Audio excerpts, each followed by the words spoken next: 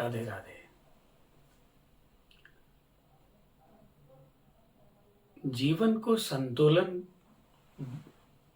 करना या जीवन को संतुलन बनाने के लिए पंचम का सदुपयोग बहुत जरूरी है। और पंचम जो है वो विवेक को प्रदान करने वाला, बुद्धि को प्रदान करने वाला है। और पंचम है उसी को इष्ट माना जाता है। और पंचम के बिना, इष्ट के बिना भ्रष्ट। और इष्ट कितना शानदार, यानी 5 है, यही पूर्ण ब्रह्म माने गए हैं। दुर्गा, शिव, गणपति, इन 5 में से किसी एक को जो पंचम में आता है उसको इष्ट मान ले, उसका जीवन के संतुलन बन गया। और जिसके जीवन का संतुलन बन जाता है वो वर्तमान को जीने लगता है। और जो वर्तमान को जीने लगता है उसका पास्ट और फ्यूचर दोनों ब्राइट हो जाता है, उसका भविष्य शानदार हो जाता है और अंत में मोक्ष तक मिलता है। क्योंकि पंचम जो इष्ट है वो शानदार है, इसीलिए कहते हैं बिना इष्ट के भ्रष्ट। और सप्तम है वो पार्टनर है, और चतुर्थ है वो सुख और मित्र है। पार्टनर चाहे साथी हो, चाहे वो जीवन साथी हो। कुंडली का जो कॉन्सेप्ट है वो कुंडली क्यों मैच की जाती है? क्योंकि अगर आपका लग्न से मित्रता नहीं है, यानी अगर लग्न आपका मंगल आ गया, मेष या वृश्चिक आ गया, और शुक्र है सामने में, तो या गुरु है उसके सामने में, उसमें भावनाएं बहुत ज्यादा है और इसमें भावनाएं नहीं है, तो दोनों में यानी भावनात्मकता का मेल नहीं होगा। यानी ये भी प्रैक्टिकल है कि दोनों की भावनाएं मैच नहीं होगी वहां पे, क्योंकि वो शुक्र है या वो बुध है, मंगल के साथ उसकी भावनाएं। फिर मंगल बोलेगा कि मैं तो प्रैक्टिकल हूं, जो बातें करता हूं प्रैक्टिकल करता हूं, यानी मंगल में भावनाएं नहीं होती। इसलिए मंगल के साथ मंगल की ही मित्रता करवाई जाती है। इसीलिए शादी के कॉन्सेप्ट में सबसे पहली जी चीज होती है वो लग्न की मित्रता, और दूसरी होती है चंद्रमा की मित्रता है, यानी चंद्र कुंडली की। इनका जो कैलकुलेशन है सबसे ज्यादा इन्हीं के मार्क्स मिलते हैं, यानी सबसे ज्यादा अंक इन्हीं के मिलते हैं। चंद्र कुंडली को वजूद दिया जाता है, क्योंकि इसके लिए इसका वजूद क्यों है? क्योंकि चंद्रमा यानी मन, यानी उस इंसान की मानसिकता कैसी है, इस चीज को दर्शाती है क्या? चंद्र कुंडली। लेकिन लग्न कुंडली तो आप स्वयं हो, लग्न कुंडली का वजूद जिंदगी में कभी नहीं जाएगा, क्योंकि लग्न का यानी जिस लग्न में इंसान पैदा होता है, जिस उसका स्वभाव जब तक वो जिंदा रहेगा, या प्रकृति में जो भी चीज उत्पन्न होती है उसका स्वभाव यानी उसका गुणधर्म जब तक वो है वो खत्म नहीं होता। इसलिए लग्न है, यानी लग्न में 1 अंक लिखा हो चाहे 12 अंक लिखा हो, जो भी अंक लिखा हो, उसका जो मालिक होता है उसके जैसा स्वभाव उसका जीवन पर्यंत तक रहता है, वो स्वभाव उसका कभी नहीं बदलता। इसलिए लग्न की सबसे ज्यादा महत्वता है कि लग्न ही आप है, और चंद्रमा दर्शाता है कि आपकी मानसिकता कैसी है।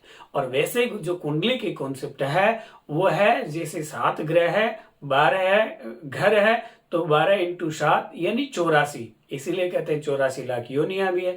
फिर 2 ग्रह नए और उत्पन्न हुए तो 12 × 9 यानी 12 × 108, यानी 108 की जो माला होती है, ये भी कॉन्सेप्ट उसी का है। लेकिन विशेषतः स्वयं को जानने से और यानी लगन को जानने से आप पंचम को जान सकते हैं। और पंचम को जानना और पंचम को इष्ट मानना अपने आप में जीवन में कहते हैं आपका कोई साथी नहीं है सिर्फ आपके सिवाय। और आपका साथी कौन? आपका विवेक, यानी आपका ब्रेन। और हर चीज का इलाज हो सकता है, आपके ब्रेन का कोई डॉक्टर इलाज नहीं कर सकता दुनिया का। और सबसे बड़ा साथी है आपका विवेक। इसलिए आपके विवेक के अंदर में जो ग्रह है यानी जो राशि है उसका जो अधिपति है यानी शिव है कि दुर्गा, अगर मकर राशि है तो शनि है। आपके लग्न से पंचम में जो अंक लिखा हुआ आता है, जो लग्न है पंचम में या जो राशि है उसको बोल सकते हैं, वो जो पंचम में है सहजता से समझने के लिए, तो उसका जो मालिक है शनि है तो भोलेनाथ को बनाइए इष्ट। अगर पंचम में शुक्र की राशि है तुला या वृश्चिक तो दुर्गा को इष्ट मानिए। और सूर्य है सिंह राशि है तो सूर्य को इष्ट मानिए।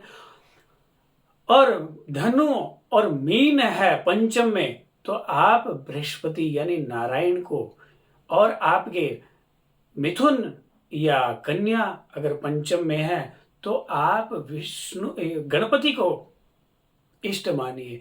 इनको इष्ट मानते ही आपके जीवन के सारे कार्य सार्थक हो जाएंगे, क्योंकि आपको जो विवेक चाहिए इस जीवन को चलाने के लिए, वो विवेक वो चीज प्रदान कर देती है। इसीलिए कहते हैं इष्ट के बिना भ्रष्ट है। और जो पार्टनर होता है या साथी होता है, वो जीवन साथी होता है, वो स्वयं की भाव को, मित्रता को देखते हुए चतुर्थ और सप्तम में जो राशि होती है, यानी जो अंक होता है या जो लग्न होता है, उसको राशि से भी समझ सकते हैं या फिर वो लग्न से। राशि शब्द इसलिए बोला गया कि राशियां ही प्रचलित है कि 12 राशियां ही है, लेकिन नहीं, 12 लग्न भी है। यानी वो जो लग्न है उसका जो मालिक है वो आपको मित्रवत व्यवहार करेगा आपके साथ में। यानी चतुर्थ का, आप जीवन में कभी किसी से भी रैंडम आप दोस्ती कर लो, या कॉलेज में या व्यापार क्षेत्र में या कहीं भी फील्ड में, आपका जो चतुर्थ और सप्तम है उसका कॉन्सेप्ट आपके जीवन में, तो आपका तालमेल अच्छा रहेगा, आपको साथ मिलेगा जीवन के अंदर में, वो पूरा साथ निभाएगा। इसीलिए सप्तम का मतलब साथी, चाहे वो व्यापार का साथी हो, चाहे वो जीवन का साथी हो। इसीलिए स्वयं को जानते हुए, पंचम को इष्ट को मानते हुए और फिर साथी को चुने तो शानदार फिर जीवन होता है, और फिर जीवन को जीने में मजा आता है। और पंचम इष्ट है, वो इतना जबरदस्त काम करता है कि आपको कंट्रोल करने वाला पंचम यानी मन, यानी चंद्रमा, चंद्र जो राशि होती है वो मन से है, तो मन से परे क्या, बुद्धि। बुद्धि को कौन कंट्रोल करता है, पंचम करता है। और पंचम वो सिस्टोमेटिक तरीके से काम करता है, यानी वो मोक्षगामी भी बनाता है। ये जो 5 बताए गए हैं, ये 5 ही मोक्ष देने वाले हैं, इनके अलावा किसी को भी मोक्षगामी नहीं बताया है कि मोक्ष भी प्रदान कर दे। और जो मोक्ष प्रदान करेगा वो जीवन की सारी आशा तृष्णा सारी पूरी करते हुए, यानी आपको जीवन के तालमेल से संतुलन बनाते हुए आपकी स्वयं की इच्छा हो जाए, यानी अंतिम इच्छा जो आपकी है वो ये भी हो जाए कि अब मुझे मोक्ष पा लेना चाहिए, मेरे जीवन में आनंद जी लिया। या जो ये विवेक जो है, ये जो बुद्धि है, ये अंतमति सो अंतगता की जो विवेकता और सोच जो प्रदान कर देने वाला है, वो इष्ट ही है।